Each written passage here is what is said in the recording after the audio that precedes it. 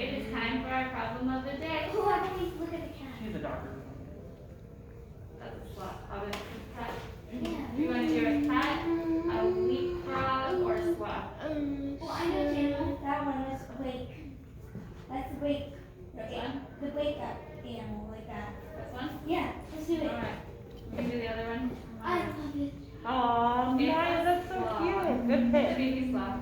The sloth is so cute. It is so cute. Let's see Look, the look one. at it. Oh, I know it. Okay, this is from October 20th. Today is the 22nd. It's Thursday. It says Look just at that, about girl. What's that? On a Tuesday? Today's Thursday. Just about every crazy animal gets its own holiday, and we celebrate International Sloth Day. A sloth looks like a walking shag carpet with its face. It's famous for being the slowest, laziest mammal out there. Sloths sleep 20 hours a day. That's a lot. A long time. For a long time. They can't move any faster than 6 or 7 miles per hour. Only a little faster than people walk. Maggie's birthday. Right? They sit still for so long that their tiny green plants called algae grow in their fur. Extra toes don't help either. The three-toed sloth actually moves more slowly than the two-toed sloth. I didn't know that. While adult sloths look green, hairy, and gross, like in the one picture here, the baby sloths are almost cute. Look how cute he is. Let's see a two-toed sloth. So the older ones, here's an older one. So this older one, he gets green because he doesn't move that much. So this is a two-toed one. Yeah, two-toed. Two. So there's two-toed and three-toed. And apparently the three-toed walks much slower. Hopefully I didn't mess up our problem. Might have.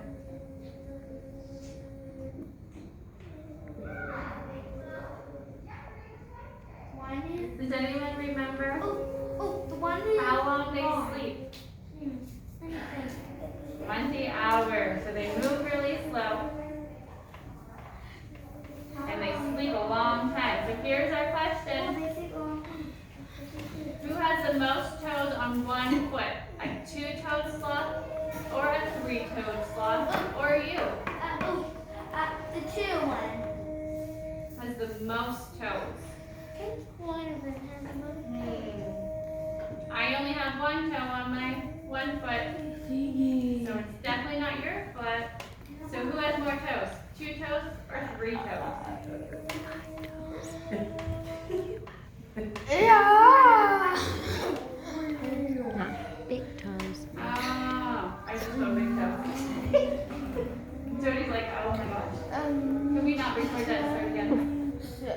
I'm like, we only have one big toe. I guess I do have one toe. Sorry, I'm totally lost now.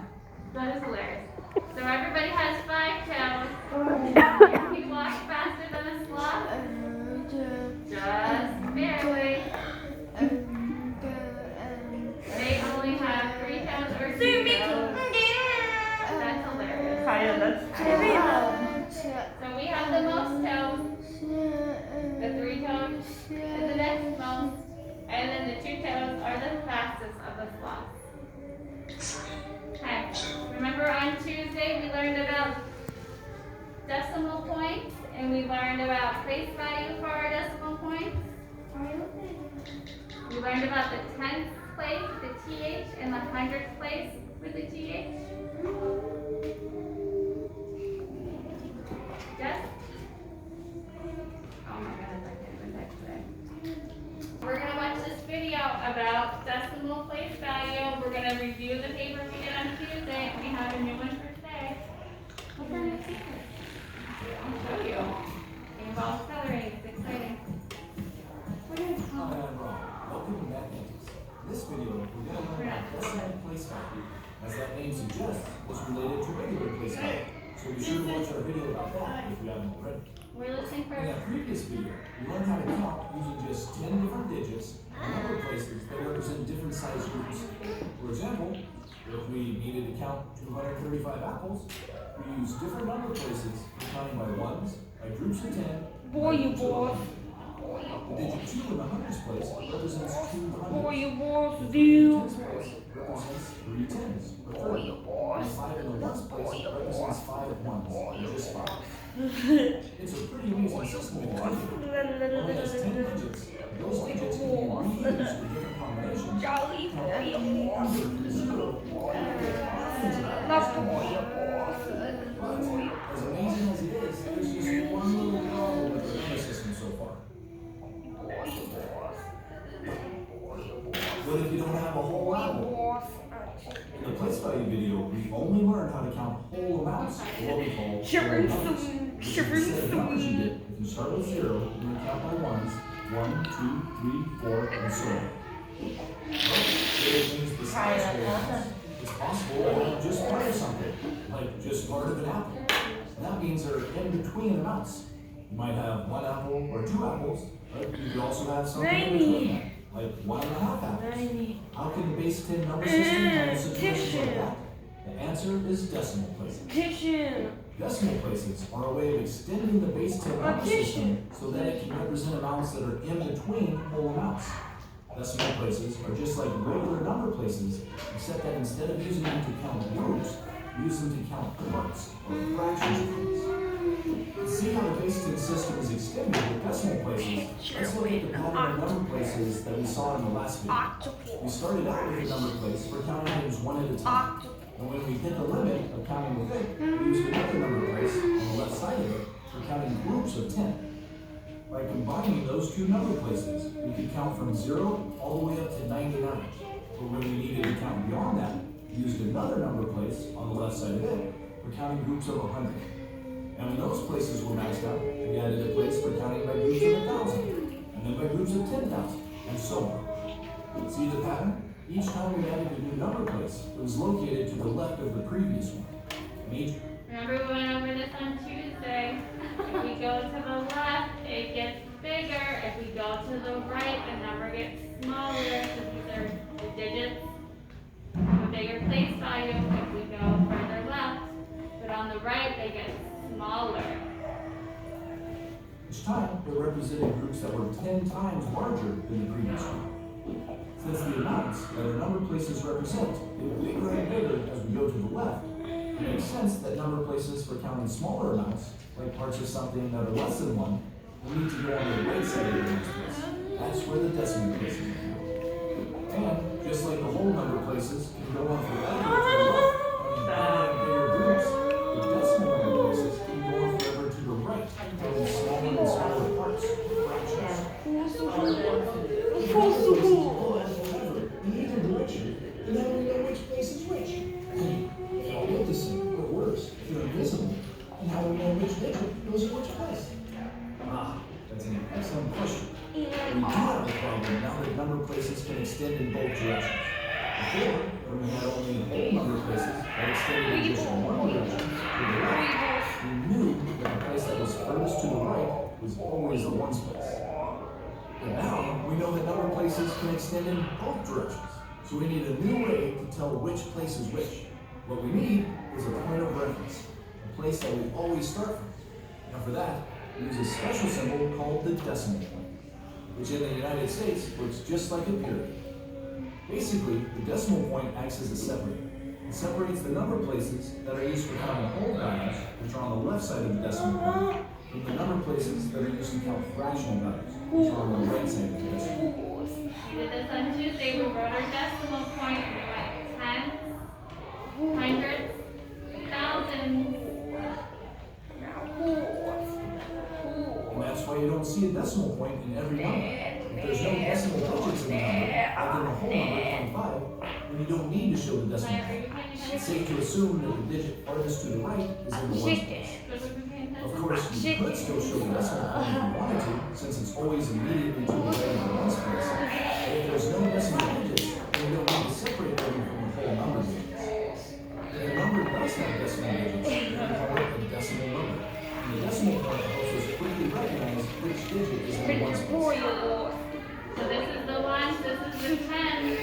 This side gets bigger, this side gets smaller. This is the tens with the THS at the end, and the hundredths place with the THS at the end. For example, if you see a sequence of digits like this, 126.53, you can tell right away that the digit 6 is No more. This is the hundredths place. So we're working on because it's tens. immediately to the left of the decimal point. That means this 2 is in the tens place, and this 1 is in the hundreds place. Okay, but what about the digits that are to the right of the decimal point? You know that they must be in decimal number places. What are the names of those decimal number places? What values do they count? Well, looking back at our number place pattern, we see that each time we move to the left, the new number place counts amounts that are 10 times bigger than the previous place. So, each time we move to the right, that place will count amounts that are 10 times smaller than the previous place. Since the ones place counts by ones, the number place to the right of it can count by amounts that are 10 times smaller than 1. The amount that's 10 times smaller than 1 is called a tenth. The amount that you can take one whole, like one whole, and divide it into 10 equal parts, keeping just one. 1/10 is what we call a fraction. A fraction is a special notation that has two numbers with a value between them. Number 1 tells how many equal parts the whole amount is divided into. And the top number tells you how many of those parts you have. So the fraction 1/10 is written like this: 1/10. Getting back to our apple counting example, previously we could only count whole apples. But now that we have a number place for counting tenths, we can count tenths of apples too. We can use the ones place and the tenths place together to count amounts that are in between a whole.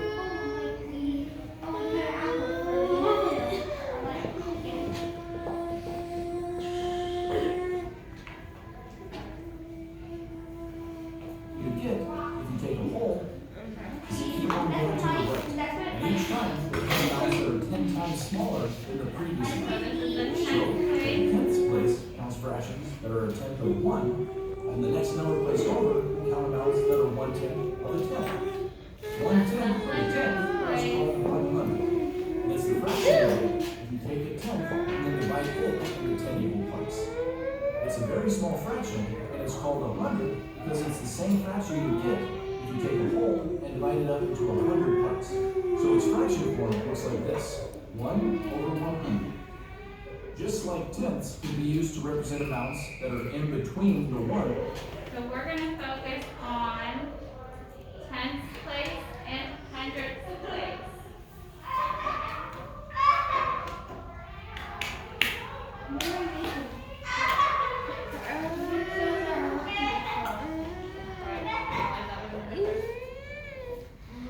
So on Tuesday, we did our place value, we did our thousands in purple and our thousandths with the TH in purple. And then we use our blue for the hundredths. And we colored that blue, and we went over to the decimal point and colored our hundredths blue. We colored our tens red and our tenths red. And we colored our ones place yellow. And remember, here's the decimal place. We go this way, the numbers get bigger. We go back to our decimal place. We go to the right, the numbers get smaller. So we went up here to the top of our paper. We put our decimal place down. This is a thousands place, hundreds place, tens, one. Here's our decimal point. Now we're getting smaller. Tenths, hundredths, thousands. So this means 1/10. And this means 1/100. And we talked about how we can incorporate that in money. So this, if this was $1 and we had a dime, we would need 10 dimes to equal $1. So the dime would be in the tenths place. And in the hundredths place would be a penny. So we would need 100 pennies to equal $1. So the pennies in the hundredths place. Remember doing that? Yeah.